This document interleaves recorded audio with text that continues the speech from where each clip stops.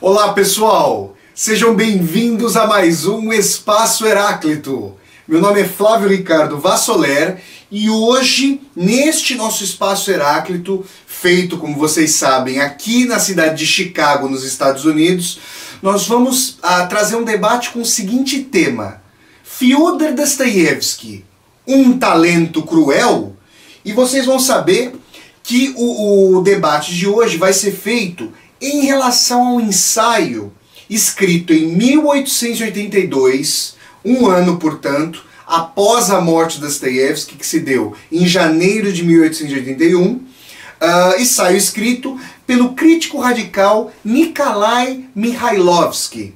O Mikhailovsky, pessoal, fazia parte de um movimento muito importante na Rússia dos 1800 do século XIX, que era o populismo russo. Não confundir, é muito importante, com o populismo latino-americano. O populismo russo propugnava, a inteligência radical vinculada ao populismo russo, propugnava por um retorno ao povo, um retorno às raízes da população.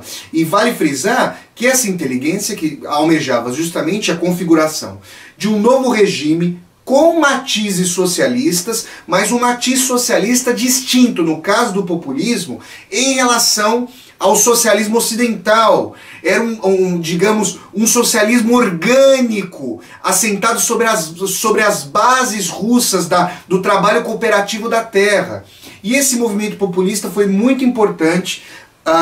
Ele tentou vincular a inteligência radical, os membros que tiveram acesso ao estudo e à politização, à grande população completamente depauperada e alijada das reflexões, a enorme massa de analfabetos explorados do regime russo. Vale frisar que a Rússia, até meados do século XIX, manteve a servidão da gleba como base de configuração socioeconômica do czarismo, né? E o Mikhailovsky era um membro do movimento populista e era um crítico literário importante da Rússia dos 1800. Mas vale frisar que falar em crítico literário à época não significa falar em alguém que estuda a obra segundo, eventualmente, suas configurações de relação com a sociedade. A literatura russa do século XIX, e esse é um dos fatores, quem acompanha a trajetória do Espaço Heráclito sabe que eu sempre venho frisando esse aspecto. A literatura russa do século XIX era uma das maneiras esópicas, ou seja, subliminares, para estabelecer discussões em âmbito social, já que a censura czarista era fortíssima contra debates abertos. Não à toa a obra de um Dostoiévski, de um Tolstói, de um Turgueniev, essas obras congregavam uma série de discussões à época e respondiam ou traziam novas perguntas para os debates que aconteciam ao redor das revistas grossas, por meio das quais boa parte dessas obras eram publicadas. Então, essa nossa discussão de hoje parte do ensaio Um Talento Cruel, do Mikhailovsky, para nós tentarmos aprender as matizes da obra de Dostoiévski em diálogo com a sociedade da época e para tentarmos ver se Mikhailovsky teria ou não razão. Eu vou me posicionar em relação a essa questão sobre se Dostoiévski, ao ser um talento cruel, e nós veremos de que forma Mikhailovsky compreende a noção de talento cruel na obra de Dostoiévski, se ao ser um talento cruel, segundo Mikhailovsky, Dostoiévski acabaria corroborando as estruturas de dominação e de reacionarismo na Rússia dos 1800. Veremos isso.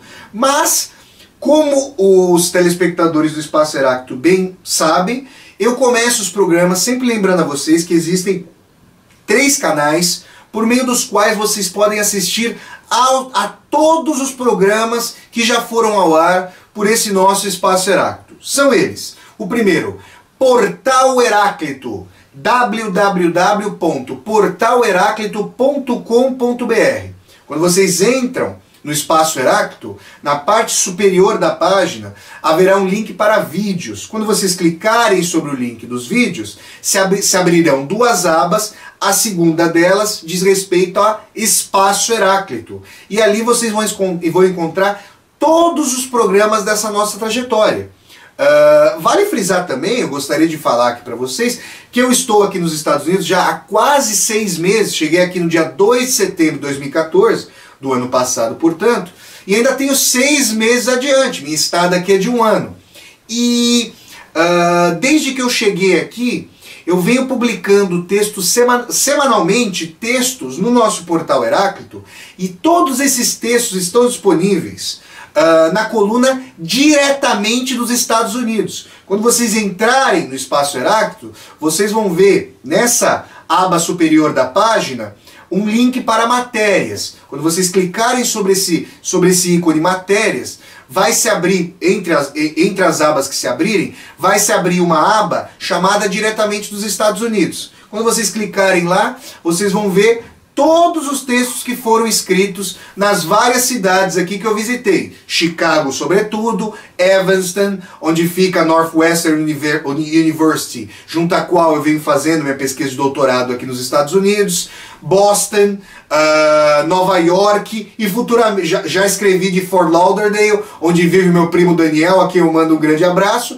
e futuramente virá um texto de Miami ainda. Então, eu gostaria de convidar vocês que lessem esses textos que, daqui a algum tempo, vão compor o meu terceiro livro, possivelmente intitulado Exílio em Atlântida. Quem acompanha a trajetória deste escritor e apresentador aqui do Espaço Heráclito sabe que eu já publiquei os livros Tiro de Misericórdia, em 2014, pela Universos, e o Evangelho segundo o Talião, meu primogênito literário, em 2013, também pela Universos. E fui organizador do livro Dostoiévski Bergman, O Niilismo da Modernidade. Bergman, vale frisar, o belíssimo cineasta sueco. Eu publiquei esse livro em 2012, fui organizador dele e colaborador pela editora Intermeios. Tudo bem, pessoal? As duas outras fontes são o YouTube, vocês entrando no YouTube e colocando o meu nome, Flávio Ricardo Vassoler, ou o nome do Espaço Heráclito, aí na barra de procura, vocês vão ter acesso, se eu não me engano, aos 58 programas que já foram ao ar do nosso Espaço Heráclito. Vejam vocês que estamos chegando ao 60º programa. Esse aqui, se não me engano, é o 59º. No YouTube, todos os programas, no YouTube, assim como no portal Heráclito, todos os programas estão devidamente numerados. Então vocês podem ter acesso à totalidade deles. E a terceira fonte, por meio da qual vocês podem assistir aos programas do Espaço Heráclito, é a nossa TV UOL, que é a parceira da TV Geração Z, por onde vocês estão assistindo o Espaço Heráclito a cada 15 dias, segundas-feiras, às 10 horas da noite, 22 horas, pela página da nossa TV Geração Z, www.tvgz.com.br. Tá bom, pessoal? Muito bem. Então agora a gente aqui entra propriamente na nossa discussão, e para falar sobre ela, para falar sobre o ensaio do Mikhailovsky, Um Talento Cruel, eu quero mostrar a vocês aqui esse livro, Antologia do Pensamento Crítico Russo, que traz uma série de ensaios que cobrem o período que vai de 1802 a 1901, ou seja, que cobre praticamente a totalidade do século XIX. Século formidável ali da literatura russa, chamado pelos russos de Zolotoy Vek, o século de ouro da literatura russa, e que foi esse livro que foi publicado pela editora 34 e teve a organização do professor Bruno Barreto Gomide. O professor Bruno Gomide já esteve presente aqui ao Espaço Heráclito. O professor Bruno Gomide é docente do Departamento de Letras Orientais, departamento da seção russa do Departamento de Letras Orientais da Faculdade de Letras da USP. O professor Bruno Gomide já esteve presente aqui ao nosso Espaço Heráclito. Na ocasião, eu mostrei, se eu bem me lembro, este livro a vocês. Volto a indicar um livro belíssimo, muito bem organizado pelo professor Bruno Gomide. E, nesse livro, à altura da página 427, tem início esse belíssimo ensaio. Eu discordo de uma série de premissas do Mikhailovsky, vou me posicionar em relação a elas, como vocês verão, neste nosso debate aqui do Espaço Heráclito, mas nem por isso deixo de reconhecer uma série de pontos interessantíssimos da análise do Mikhailovsky. Para começar a nossa discussão, eu vou aqui, os telespectadores do Espaço Heráclito sabem que aqui nos Estados Unidos a produção do Espaço Heráclito se resume ao apresentador e ao alter ego do apresentador, então eu vou controlando aqui o tempo juntamente com vocês. Para começar a nossa discussão sobre um talento cruel, sobre se Dostoiévski seria um talento cruel, eu gostaria de citar, de ler aqui para vocês, as epígrafes dostoiévskianas que o Mikhailovsky colocou para anteceder, justamente como epígrafe, o seu ensaio, o seu longo ensaio. Na verdade, devo elogiar o Mikhailovsky também por isso. E devo criticar mais uma vez essa nossa época de superficialidade comezinha, de superficialidade contumaz. Esse ensaio do Mikhailovsky tem dezenas de páginas. É um ensaio muito interessante, ele escava a obra por esses matizes de sadismo, como vocês verão aqui, a obra dostoiévskiana, por esses matizes de sadismo. E onde é que seria possível publicar hoje em dia um ensaio com essa longevidade? Vale elogiar, por exemplo, a revista Serrote, publicada pelo Instituto Moreira Salles aí no Brasil, que é uma revista muito interessante, quiçá a única, se me corrijam se eu estiver enganado, quiçá a única revista de ensaios do Brasil com essa longevidade, não tão longeva quanto, por exemplo, o ensaio aqui do Mikhailovsky, mas uma revista que não pertence ao circuito acadêmico e ainda se mantém com um matiz de esteticismo dos ensaios. É uma revista que eu recomendo a vocês profundamente. Fora a revista Serrote, onde mais no Brasil seria possível publicar um ensaio com essa densidade, com essa longevidade? Que tristeza, não, pessoal? Mas voltemos aqui. Um talento cruel. E aí o Mikhailovsky elenca 4 epígrafes da obra de Dostoiévski. Vamos lá. Abre aspas, trecho de um jogador. O homem é um déspota por natureza e gosta de torturar. Abre aspas, trecho de O Sonho do Titio. A tirania é um hábito que se transforma em necessidade. Abre aspas, trecho de Memórias do Subsolo. Cheguei a tal ponto que, agora, ocorre-me pensar por vezes que o amor consiste justamente no direito que o objeto amado voluntariamente nos concede de tiranizá-lo. Abre aspas, trecho de O Crocodilo. Que estranha amizade! Posso seguramente afirmar que 9/10 dela eram puro ódio. Vejam vocês, pessoal. Mikhailovsky elenca trechos aqui de algumas obras menos conhecidas de Dostoiévski, por exemplo, O Sonho do Titio ou O Crocodilo. Vale frisar que O Crocodilo foi publicado no Brasil pela editora 34, ao lado de um outro ensaio dostoiévskiano, de uma outra obra dostoiévskiana, uma literatura de viagem, Notas de Inverno sobre Impressões de Verão. O Crocodilo recebeu a tradução, se eu bem me lembro, do professor Boris Schneiderman. E essas obras menos conhecidas, a exceção aqui de Um Jogador e, obviamente, de Memórias do Subsolo, segundo Mikhailovsky, exemplificam, e ele vai analisá-las à exaustão, de maneira muito interessante ao longo desse ensaio, exemplificariam a noção de que Dostoiévski seria um talento cruel. E em que sentido Mikhailovsky diz que Dostoiévski é um talento cruel?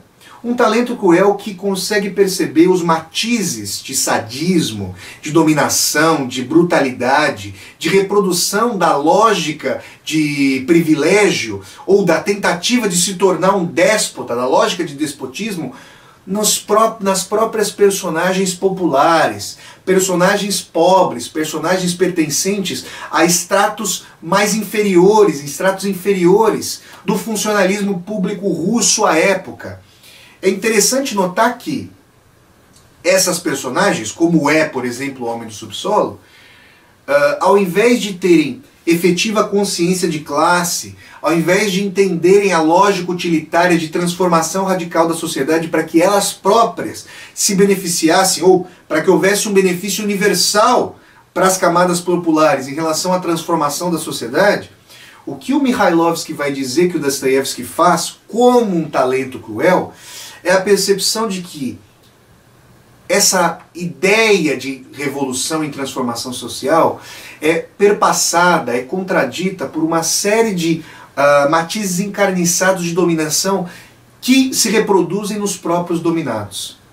É nesse sentido que o Mikhailovsky vai dizer que Dostoiévski faz o jogo dos reacionários, faz o jogo da reação, ao lançar luz, por intermédio de seu exímio talento de psicólogo, o seu talento cruel, ao lançar luz para aspectos sombrios da condição humana. Da condição humana, e vale frisar, Dostoiévski não faz discussões atemporais nesse sentido, da condição humana historicamente reproduzida. Condição humana que não alcançou uma síntese emancipatória em termos históricos. Então Mikhailovsky traz aqui um ponto de discussão que tende a se perder nos dias de hoje se nós não fizermos a genealogia do pertencimento da obra dostoiévskiana à sua época. Pessoal, o que estava em jogo ali, nas discussões feitas por um Tolstói, por um Turgenev, por um Dostoiévski, por um Mikhailovsky como um crítico radical, não era simplesmente o debate ideológico, o debate das ideias. O debate ideológico era fundamental, mas tratava de um debate para a transformação radical e efetiva da Rússia então, à época. Vale frisar que vários atentados foram cometidos contra o Tsar. O Tsar seria assassinado pouco depois da morte de Dostoiévski, em janeiro de 1881. E as questões que eram debatidas tinham repercussão e reverberação imediata e efetiva na sociedade russa da época. Então Mikhailovsky chama à baila uma discussão sobre a herança da obra dostoiévskiana, já que ele está escrevendo após a morte de Dostoiévski, o ensaio datado de 1882, ele está querendo discutir a herança da obra de Dostoiévski à luz das tensões sociopolíticas daquele momento. E é interessante pensar que se as configurações, as leituras de Mikhailovsky se mostram datadas, se mostram mais afeitas àquele momento político-social, ou seja, se elas instrumentalizam a obra de Dostoiévski para estabelecer uma crítica ao escritor, com base naquilo que seria um possível reacionarismo, uma possível leitura das contradições humanas que acabaria beneficiando a reação às transformações sociais na Rússia, ou se na verdade Mikhailovsky é que se mostrou datado com base nas experiências do socialismo real, na grande tragédia que se mostrou o socialismo real. Não quero aqui dizer que o socialismo real e a luta dos trabalhadores não trouxeram eles não trouxeram uma série de benefícios às camadas populares em termos de legislação trabalhista e em termos de aumento da igualdade ou da pressão por igualdade nos movimentos sociais. De maneira nenhuma eu diria isso. Mas é importante frisar que quando nós nos lembramos das características analisadas pelo Dostoiévski em suas obras, à luz daquilo que foram as experiências do socialismo real, é interessante frisar que a instrumentalização política feita pelo Mikhailovsky se mostra datada, já anacrônica, e mostra que Dostoiévski soube captar nuances de aporias éticas que não eram postas em pauta, em grande medida, por esses movimentos que chegaram ao poder, que se mostraram revolucionários. Sobre isso, pessoal, a gente vai fazer uma discussão mais pormenorizada no segundo bloco do nosso Espaço Heráclito. Então, eu deixo aqui o gancho para continuar a esmiuçar determinados aspectos da leitura de Mikhailovsky no seu ensaio Um Talento Cruel e para colocá-lo contra a parede, tendo em vista as experiências históricas, para nós tentarmos nos posicionar sobre a noção de se Fyodor Dostoiévski seria de fato um talento cruel. Então nós vamos fazer agora um rápido intervalo e voltamos na sequência com esse nosso mais esse nosso debate do Espaço Heráclito. Voltamos já já, pessoal.